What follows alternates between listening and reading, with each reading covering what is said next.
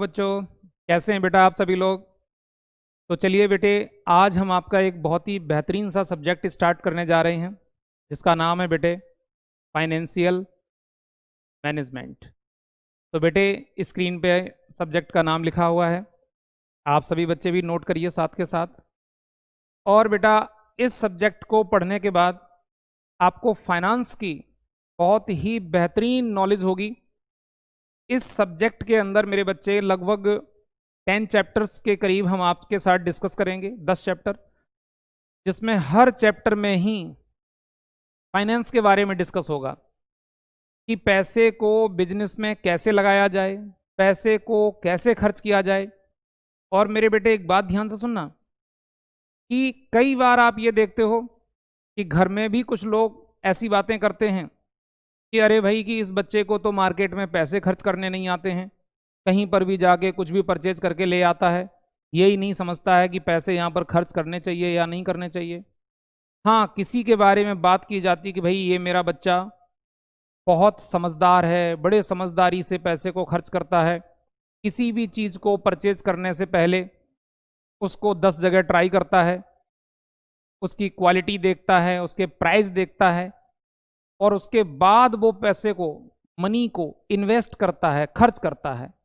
तो मतलब कहने का ये है मेरे बच्चे, पैसे को सही समय पर, सही जगह पर कितना खर्च करना है, कहने का मतलब ये हुआ बेटे कि हमें पैसे को इस प्रकार से खर्च करना चाहिए कि अगर मैं कहीं पर 100 रुपीज इन्वेस्ट कर रहा हूं तो हमारी कोशिश रहनी चाहिए कि मुझे 130, 150 का वहां से रिटर्न मिले।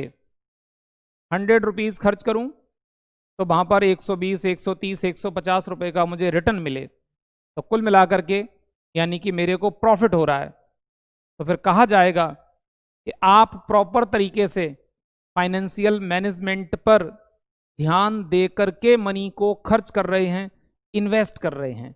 अभी हम इस पर बहुत सारा डिस्कस करेंगे, लेकिन मेरे बेटे पहले थोड़ा सा ये 2 लाइनें डिस्कस कर लेते हैं जो यहां पर लिखी हुई हैं स्क्रीन पे। क्या लिखा है बेटा? फाइनेंशियल मैनेजमेंट मींस, कह रहे हैं कि फाइनेंशियल मैनेजमेंट का मतलब क्या है।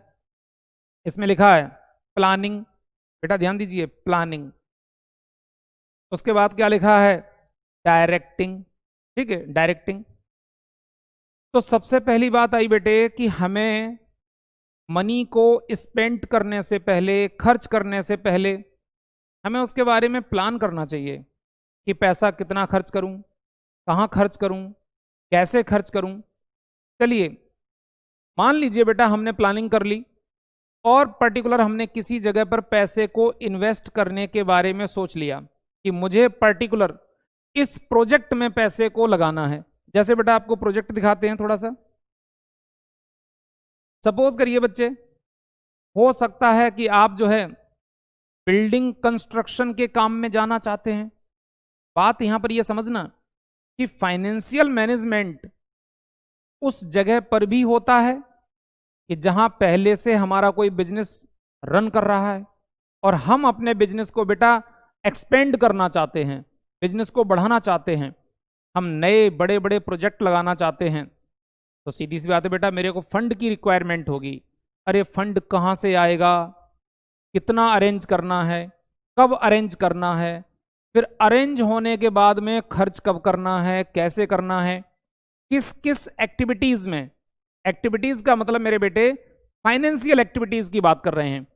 किस किस एक्टिविटी में कितना कितना पैसा खर्च करना है, पैसे का बंटवारा करना, पैसे का डिस्ट्रीब्यूशन करना। तो मेरे बेटे फंड को अरेंज करने से लेकर के फंड को इन्वेस्ट करने तक जो ढेर सारी प्लानिंग है, यही तो मेरे बेटे फाइनेंशियल मैनेजमेंट है। कहने का मतलब है कि आंख बंद करके काम नहीं करना है, तरीके से प्लानिंग करना। प्लानिंग करने के बाद मेरे बेटे डायरेक्टिंग यानी कि दिशा निर्देश देना, जो हमारे अंडर में, जो हमारे स्टाफ में, जो उस प्रोजेक्ट में जो लोग इन्वॉल्व हैं, जो काम कर रहे हैं, जो फाइनेंशियल एक्टिविटी से जुड़े हुए हैं, उन लोगों को डायरेक्शन देना कि भाई पैसे को प्रॉपर खर्च करिए, तरीके से खर्च करिए। चलिए ठीक है बेटे, आपने प्लान कर लिया, प्लान करने के बाद आपने डायरेक्शन दे दिया, और मेरे बेटे डायरेक्शन देने के बाद आप सो गए। सोने का मतलब आपने उस मुद्दे से ध्यान ही हटा लिया, तो ये सिस्टम कुछ समय के बाद, पक्की बात है बेटा, फेल हो जाएगा। हमें हर वक्त उस पर क्या करनी पड़ेगी, एंड कंट्रोलिंग, और मेरे बेटे कंट्रोल बनाना पड़ेगा। कंट्रोल तो मेरे बच्चे हर जगह चाहिए होता है, हर जगह कंट्रोल चाहिए होता है। जिस जगह से कंट्रोल थोड़ा कम किया, वही चीज बिगड़ना शुरू हो जाती है। जैसे मेरे बेटे, आप बहुत अच्छा कार चलाते हैं, स्कूटी चलाते हैं, काफी एक्सपर्ट हैं, लेकिन ऐसा नहीं है बेटे कि आप उसको भी आंख बंद करके चलाओगे। जब भी आप ड्राइव करोगे तो पूरा आप जो है स्टीयरिंग पर, क्लच पर, ब्रेक पर आप पूरा ध्यान रखते हो, और जहां आपका ध्यान हटा, आप समझ सकते हो क्या हो सकता है। तो मेरे बेटे, फंड को कहां से अरेंज करना है, कब करना है, फिर कहां कहां खर्च करना है, इन सब बातों की प्लानिंग करना, डायरेक्शन देना, उस पर कंट्रोल बना करके रखना। कंट्रोलिंग द फाइनेंशियल एक्टिविटी, मेरे बेटे कौन सी एक्टिविटी, फाइनेंशियल एक्टिविटी। अगर कोई नॉन फाइनेंशियल एक्टिविटी है तो हमारा उससे कोई लेना देना नहीं, क्योंकि बेटा हम लोग तो एफएम पढ़ रहे हैं, और एफएम तो बेटा फाइनेंस की बात करता है, फंड की बात करता है। तो मेरे बच्चे ध्यान देना, मैंने आपसे कहा कि आप जो हैं बेटा, या तो अपने बिजनेस को एक्सपेंड करना चाहते हैं, या शायद आप और कोई नए नए प्रोजेक्ट लगाना चाहते हैं। ऐसा थोड़ी होता बेटा कि एक बिजनेसमैन जो काम कर रहा है वो सारी जिंदगी वही काम करता रहेगा। जरा सोचो बच्चे, रिलायंस इंडस्ट्री किसी जमाने में जब कभी स्टार्ट हुई होगी, तब से लेकर के आज तक, क्या वो कंपनी सिर्फ एक जैसा ही काम कर रही है? देख रहे बेटा, धीरे धीरे धीरे धीरे रिलायंस कंपनी दुनिया भर के डिफरेंट डिफरेंट टाइप के प्रोजेक्ट में इन्वॉल्व हो गई। वही आपके साथ भी हो सकता है कि जैसे मैंने कहा बेटा कि आप या तो कोई बिल्डिंग कंस्ट्रक्शन के काम में इन्वॉल्व होना चाहते हैं, या सपोज करिए बेटे आप जो हैं कोई रिफाइनरी के प्रोजेक्ट में जाना चाहते हैं। रिफाइनरी ओसीएन में जाकर के बेटा एक बहुत बड़ा प्रोजेक्ट लगेगा, जहां करोड़ों रुपए इन्वेस्ट होने वाले हैं, तब जाकर के कहीं रेवेन्यू जनरेट होगा। तो बेटे ये बहुत बड़े बड़े प्रोजेक्ट हैं रिफाइनरी के, जिनमें करोड़ों रुपए इन्वेस्ट होते हैं बेटे। तो मेरे बच्चे, अगर आप ऐसा कोई प्रोजेक्ट लगाना चाहते हैं बेटे, ऐसा कोई प्रोजेक्ट लगाना चाहते हैं, तो इस प्रोजेक्ट को लगाने से पहले प्लानिंग करनी पड़ेगी कि फंड कहाँ से आएगा, कितना आएगा, कब आएगा। इन बातों के लिए डायरेक्शन देना, कंट्रोल बना के रखना। कंट्रोल के लिए एक बात ये भी कह सकते हैं, कई बार ऐसा भी होता है बेटा कि आपको फंड कहीं से अरेंज होने वाला है, लेकिन अगर वो लेट हो गया, 2 महीने 3 महीने लेट फंड अरेंज हुआ, तो आप देख सकते हैं कि बेटा आपका प्रोजेक्ट टाइम पर नहीं लग पाएगा।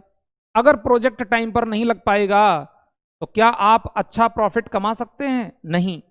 तो हर काम उचित समय पर होना चाहिए। इसके लिए हमें बार बार डायरेक्शन की जरूरत है, बार बार कंट्रोलिंग की जरूरत है, और हर वक्त एक नई प्लानिंग करते रहना है बेटा, करते रहना है। तभी जाकर के हम सक्सेस गेन कर पाएंगे।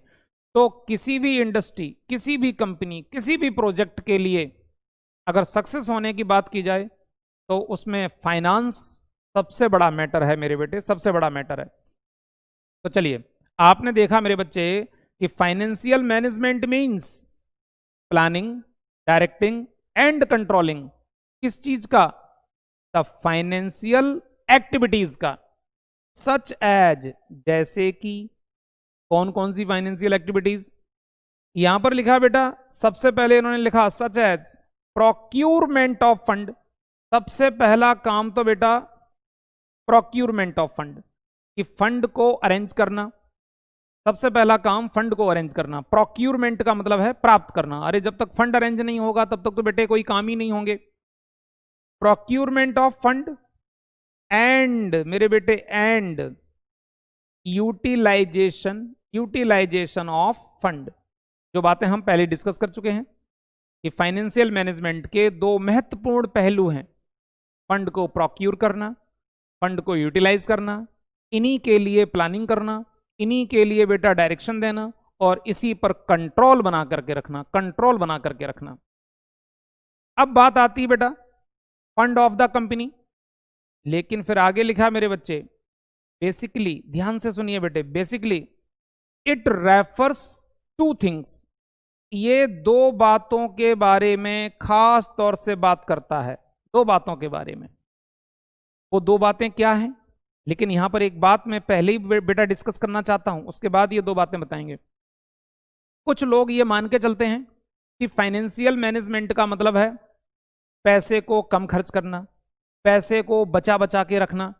अरे मेरे बच्चे, पैसे को बचा के रखना, कम खर्च करना, इसको फाइनेंशियल मैनेजमेंट नहीं कहते हैं। आपने कहीं लाइफ में देखा होगा बेटा किसी को, मैंने देखे हैं कई एक लोग कि जिनके पास अच्छा खासा पैसा है, वो अच्छा खा नहीं सकते हैं, अच्छा पहन नहीं सकते हैं और अपने बच्चों को अच्छी एजुकेशन नहीं दे सकते हैं। ढेर सारा पैसा बैंक में इकट्ठा करके बैठे हैं, बस ढेर सारा पैसा है। लोग कहते हैं कि हाँ, कि इस व्यक्ति के पास बहुत सारी प्रॉपर्टी है, बहुत सारा पैसा है, लेकिन उन्होंने पैसे का उचित समय पर सही प्रयोग नहीं कर पाया, तो लाइफ में जो सक्सेस आनी चाहिए थी वो सक्सेस नहीं आ पाई। सारे बच्चे बेकार हो गए उनके, पढ़े लिखे नहीं है, कुछ खास कर नहीं रहे हैं मार्केट में। लेकिन मेरे बेटे ध्यान से सुनना, एक ऐसा व्यक्ति जिसके पास आज बहुत सारा फंड नहीं है, लेकिन उसने अपने फंड का सही जगह पर इन्वेस्टमेंट किया है, तो मैं कहूंगा बेटा यही तो फाइनेंशियल मैनेजमेंट है। एक छोटा सा एग्जांपल लो, हो सकता है मेरे बेटे आपके पेरेंट्स के पास ना तो खुद का कोई बहुत बड़ा घर है, फ्लैट है, किराए पे रहते हैं पापा जी, पापा जी के पास बहुत सारा फंड, बैंक बैलेंस भी नहीं है। तो अब सवाल उठता है कि पापा जी ने अपनी लाइफ में जो भी इनकम अर्न की, पैसे अर्न किए, वो उन्होंने सही समय पर अपने बच्चों के ऊपर इन्वेस्ट किए, आपको अच्छी एजुकेशन दिलाई और आपको आज उन्होंने सक्सेस बना दिया। सपोज करिए बेटे कि आपके भाई डॉक्टर हैं, इंजीनियर हैं और आप भी पढ़ करके धीरे धीरे सक्सेस होने वाले हैं, तो मैं कह सकता हूं कि यही तो पापा जी की इन्वेस्टमेंट है कि आज मेरे बच्चे सक्सेस हो गए, समाज में हमारा अच्छा नाम है, हमारे बच्चे अच्छी अर्निंग कर रहे हैं। मतलब मेरे बेटे आप एक प्रोजेक्ट की तरह से हैं कि पापा जी ने जहां पैसे इन्वेस्ट किए, बच्चे सक्सेस हो गए। तो इसी का नाम है बेटा फाइनेंशियल मैनेजमेंट। तो हमें पैसे को बचा बचा करके नहीं रखना है। अब बात आ गई बिजनेस की। अब सोशल एग्जांपल छोड़िए, प्रॉपर कंपनी में आइए। तो एक कंपनी का अगर फाइनेंस मैनेजर गुड प्लानर है, वो बढ़िया प्लान करता है कि कब पैसे को अरेंज करना है, किस प्रोजेक्ट में लगाना है, कितना लगाना है, कैसे कंट्रोल करना है, कैसे मैनेज करना है, तो मेरे बच्चे वो कंपनी देखते देखते सक्सेस हो जाएगी। और अगर किसी कंपनी का फाइनेंस मैनेजर अच्छा नहीं है, जो समय पर उचित डिसीजन नहीं लेता है कि पैसे को कैसे खर्च करना है, तो कॉमन सी बात है बेटा, वो कंपनी चलती तो रहेगी लेकिन मुझे नहीं लगता है कि वो अच्छा सक्सेस गेन करेगी। तो मेरे बेटे आगे बढ़ते हैं। यहां पर देखिए क्या लिखा है कि मैंने कहा कि basically it refers two things, financial management हमारा दो बातों के बारे में खास बात करता है। एक मेरे बेटे सोर्स ऑफ फंड, अभी मैंने कहा था प्रोक्यूरमेंट ऑफ फंड, कि फंड को अरेंज करना, लेकिन अब यहां पर सवाल आया कि फंड को अरेंज तो करना है, अरे कहां से अरेंज करना भाई, कहां से अरेंज करना है। और दूसरा है एप्लीकेशन ऑफ फंड। बेटा ये एप्लीकेशन ऑफ फंड और यूटिलाइजेशन ऑफ फंड जो ऊपर डिस्कस किया था, ये तो आप मान के चलिए एक ही है, लेकिन हाँ सोर्स ऑफ फंड ये एक नई बात है। तो बेटे जरा देखिए, थोड़ा नीचे मैंने लिखा है, यहां पर देखो बेटा लिखा है सोर्स ऑफ फंड, कि एक कंपनी फंड कहां से अरेंज कर सकती है अपने एक प्रोजेक्ट के लिए। तो बेटा पहले पॉइंट में क्या लिखा है, issue of shares, company share issue करने के बारे में सोच सकती है। बेटा ध्यान से सुनना, इशू ऑफ डिवेंचर, कंपनी अगर चाहे तो डिवेंचर इशू कर सकती मार्केट में, वहां से फंड अरेंज हो जाएगा। इसके बाद बॉन्ड इशू कर सकती है बेटा, या बैंक बोरोइंग्स, या तो बेटा हम बैंक से लोन ले सकते हैं। लेकिन एक बात याद रखना बच्चे, आगे चल करके डिस्कस करेंगे, बहुत सारी बातें आएंगी कि इक्विटी शेयर या प्रेफरेंस शेयर इशू करना कुछ लिमिट तक तो बहुत ही बेटर होते हैं, लेकिन एक लिमिट के बाद उनमें नेगेटिविटी आनी चालू हो जाती है। डिवेंचर कुछ लिमिट तक इशू करना अच्छी बात है, ज्यादा इशू करना थोड़ा नेगेटिव साबित होता है। ये बात आज नहीं बता पाऊंगा, आगे बेटा चैप्टर आएगा कॉस्ट ऑफ कैपिटल का, उसमें जाके डिस्कस करेंगे। तो ध्यान से सुनना, बॉन्ड, बैंक लोन, कहने का मतलब मेरे बेटे इन सभी में अच्छाई भी है बुराई भी है। तो अगर हमारी कंपनी का फाइनेंस मैनेजर अच्छा है, नॉलेजफुल है, तो वो ये प्लान बनाएगा कि कितना इक्विटी शेयर इशू किया जाए, कितना प्रेफरेंस शेयर इशू किया जाए, कितना डिवेंचर इशू किया जाए, कितना बैंक से लोन लिया जाए, जो इजीली अरेंज हो जाए और मेरी कंपनी का खर्चा भी ज्यादा ना हो, ज्यादा ना हो। जब खर्चे कम होंगे बेटे तो प्रॉफिट ऑटोमेटिकली हमारा बढ़ जाएगा और कंपनी मेरी सक्सेस हो जाएगी। ये बात याद रखिए बेटा कि किसी भी चीज को अगर लिमिट से ज्यादा यूज करें तो वो नेगेटिव साबित होने लगती है। अगर आप मान लीजिए बेटा ये सोचते हैं कि भाई देसी घी बहुत अच्छा होता है, बहुत ताकत देता है, तो चलो अब खाना खाना बंद करते हैं, बस देसी घी पिएंगे पूरे दिन, तो आप समझ सकते हो फिर क्या हाल होगा आपका। आपने यानी लिमिट क्रॉस कर दी। अगर बेटा एक लिमिट तक उसको यूज किया होता तो उसका बेटर रिजल्ट आता।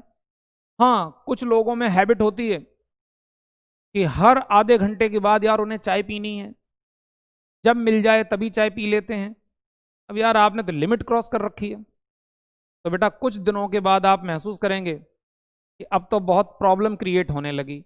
हाँ, दिन में एक बार दो बार अगर आप लिमिटेड पीते हो तो चलो ठीक है, अच्छा है, थोड़ा बॉडी में एनर्जी आ जाती है, हम रिचार्ज हो जाते हैं और उसके बाद दोबारा से अपने काम में लग जाते हैं, रिफ्रेश हो जाते हैं। तो मेरे बेटे किसी भी चीज की लिमिट क्रॉस करोगे वो नेगेटिव साबित होगी। तो इसी प्रकार से equity share, preference share, debenture, bond, bank loan, सब में पॉजिटिविटी है, सब में नेगेटिविटी है। अब कितना कितना रेज करना चाहिए ये बताएगा मेरा फाइनेंस मैनेजर। तो फाइनेंस मैनेजर का ये काम है बेटा कि वो इस बात को डिसाइड करे कि सोर्स ऑफ फंड, कि हमारी कंपनी में फंड का सोर्स क्या होगा और कितना कितना फंड कहां से अरेंज करना है। इसके बाद बेटे जब हमारा फंड अरेंज हो जाएगा, उसके बाद बात आती है मेरे बेटे, दूसरी हेडिंग आ गई आपकी एप्लीकेशन ऑफ फंड, कि फंड का एप्लीकेशन करना, फंड को यूटिलाइज करना। अरे कहां पर फंड को यूटिलाइज करें, तो बात आती बेटा for purchase of fix assets, कि कंपनी के लिए एक फिक्स एसेट्स खरीदनी है, चलो भाई इसकी बहुत जरूरत है, यहां पर फंड यूज कर लेते हैं। न्यू प्रोजेक्ट, कंपनी के लिए बेटा कोई एक नया प्रोजेक्ट लगाना है, या फॉर अदर बिजनेस एक्टिविटी। बेटा बिजनेस एक्टिविटी बहुत सारी हमारी बिजनेस की फाइनेंशियल एक्टिविटी हैं, जो आपने कभी सुना होगा बेटा, एक वर्किंग कैपिटल वर्ड यूज होता है, वर्किंग कैपिटल, उसमें पैसे को लगाना है। वर्किंग कैपिटल के नाम से पूरा चैप्टर है मेरे बच्चे आपके एफएम के अंदर, वो आगे चल करके हम लोग डिस्कस करेंगे। तो बात यहां पर आई बेटा, आज हमने बेसिक डिस्कस किया कि फाइनेंशियल मैनेजमेंट बेसिकली है क्या। तो फाइनेंशियल मैनेजमेंट का मतलब है कि फाइनेंस को मैनेज करना, उसकी प्लानिंग करना, उसका डायरेक्शन देना, उस पर कंट्रोल बना के रखना, और इन बातों पर ध्यान लगाना कि प्रोक्यूरमेंट ऑफ फंड, कि फंड को कब अरेंज करना है, सोर्स ऑफ फंड, अरे फंड अरेंज होगा कहां से, जैसे equity share, preference share, debenture and bank loan. और जब मेरे बच्चे फंड अरेंज हो जाएगा तब उसका प्रॉपर तरीके से यूटिलाइजेशन करना। अगर पैसे को गलत जगह खर्च कर दिया, गलत जगह इन्वेस्ट कर दिया, तो हो गया पैसा बर्बाद। अरे तो सोच के समझ के तरीके से पैसे को खर्च करो। जैसे मेरे बच्चे, आपके घर में, हमारे घर में, सपोज करिए मम्मी जी का बेटा सबसे बड़ा तो काम यही होता है कि फंड को मैनेज करना।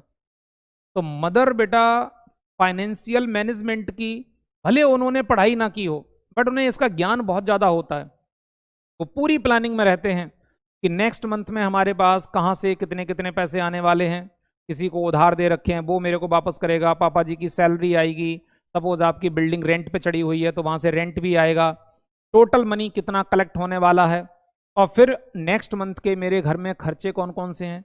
अब बेटा खर्चे तो बहुत सारे होते हैं, तो मम्मी जी उन्हीं जगह पर, उसी जगह पर पैसे को खर्च करती हैं जिसकी सबसे पहले प्रायोरिटी है। अगर बेटा आपने बीच में अपनी कोई स्पेशल डिमांड कर दी कि मुझे एक मोबाइल चाहिए, मुझे ये चाहिए, मम्मी ने अभी आपको मना कर दिया, नहीं नहीं बेटा अभी समझो इसी मोबाइल से काम चलाओ, नेक्स्ट मंथ में किसी रिलेशन में, किसी रिलेटिव के यहाँ जाना है, वहाँ कोई मैरिज पार्टी अरेंज करनी है, अरे जाने के खर्चे होंगे, आने के खर्चे होंगे, वहाँ एक बड़ा सा गिफ्ट भी देना होगा सपोज, क्योंकि वो पहले हमारे यहाँ दे के गए थे तो रिटर्न तो देना पड़ता बेटा। तो मम्मी जी पूरी प्लानिंग करके चल रही हैं। तो इसी का नाम तो बेटा फाइनेंशियल मैनेजमेंट है।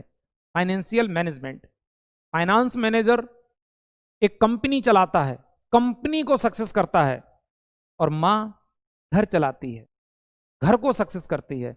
और इस बात को मैं जरूर कहूंगा बेटा, नजर उठा के देख लीजिए अपनी रिलेशन में, अपनी रिश्तेदारी में, पड़ोस में कहीं कोई घर शायद ऐसा भी होगा बेटा जिस घर में कमाने वाले तो 3-4 लोग हैं, लेकिन यार उनके यहाँ पैसे को मैनेज कोई नहीं करता है, जिसको मर्जी आती बस पैसे को यहां वहां खर्च करना, बर्बाद करना।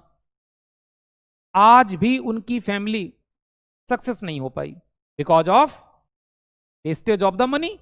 पैसे को बर्बाद करते रहते हैं, जब मर्जी आई कहीं पर भी पैसा उड़ा दिया, कहीं पर भी खर्च कर दिया, कोई कंट्रोल नहीं, कोई डायरेक्शन देने वाला नहीं। घर में 4 लोग हैं, अलग अलग 4 दिशाओं में चलते हैं, कोई किसी की नहीं सुनता है, किसी का किसी पे कोई कंट्रोल नहीं है। ऐसी फैमिली कभी सक्सेस नहीं हो सकती है। और बेटा एक आपका परिवार, एक आपका घर, जहां मम्मी ने सबको कंट्रोल में लेके रखा है, कोई फालतू का वेस्टेज नहीं, कोई फालतू के खर्चे नहीं। पापा की सैलरी भी कम है, उसके बावजूद भी आप सभी बच्चों को अच्छे से बढ़िया एजुकेशन भी दिलवा दी। आज फादर ने एक फ्लैट भी परचेज कर लिया, एक छोटी सी गाड़ी भी खरीद ली, और थोड़ा सा बैंक बैलेंस भी है। तो मेरे बेटे ध्यान से सुनो, जब कभी भी मम्मी पापा और आप सभी लोग किसी रिश्तेदार के यहाँ जाते हैं, तो रिश्तेदारियों में लोग एक दूसरे के बारे में बातें करते हैं। तो लोग आपकी मम्मी जी के बारे में लोग कहते हैं कि देखो भैया, इनके घर में पहले कुछ भी नहीं था, ये लोग गरीब थे, और जब इस घर में ये आई यानी आपकी मम्मी जी, तो इन्होंने घर को आकर के इतने ढंग से मैनेज किया कि इनके यहाँ कम अर्निंग होने के बावजूद भी आज इन्होंने सक्सेस गेन कर लिया। अरे इनके घर पे गाड़ी भी है, खुद का घर भी है, सारे बच्चे पढ़ लिख करके सक्सेस हो गए, इससे बड़ी बात और क्या हो सकती है, और थोड़ा बहुत बैंक बैलेंस भी है। तो सीधी सी बात बेटा, पापा ने इनकम को अर्न किया, ये बड़ी बात है, लेकिन मम्मी जी ने उस पैसे को प्रॉपर तरीके से मैनेज किया, ये बहुत बड़ी बात है, ये बहुत बड़ी बात है। तो बेटा फाइनेंशियल मैनेजमेंट का मतलब है कि how to manage the finance, पैसे को कैसे मैनेज किया जाए मेरे बेटे। तो मेरे बच्चे, आप एफएम के सब्जेक्ट को इस नजरिए से मत पढ़ना कि मेरे को तो बस एग्जाम देना और पास हो जाना है। बेटा ये इतना इंपॉर्टेंट सब्जेक्ट है, अगर आपने फाइनेंस को मैनेज करना सीख लिया तो आप अपनी लाइफ में सक्सेस हो जाओगे, अच्छी जॉब भी मिलेगी। अगर बिजनेस करोगे तो बिजनेस का ज्ञान भी होगा कि कब पैसे को अरेंज करना है, कहाँ से अरेंज करना है, कहाँ खर्च करना है। अगर इतना बढ़िया प्लान, डायरेक्शन, कंट्रोलिंग अगर लेकर के चलोगे तो तुम्हें सक्सेस होने से इस धरती पे कोई रोक नहीं सकता, कोई रोक नहीं सकता बेटा। तो मेरे प्यारे बच्चे, ये हमारे एफएम का आज बेसिक टॉपिक कंप्लीट हुआ है, और इसके आगे फिर हम लोग 1 बाय 1 चैप्टर लेकर के चलेंगे। तो मेरे बच्चे इस टॉपिक को बहुत अच्छे से तैयार करके रखिए। ओके मेरे बच्चे, ऑल द बेस्ट।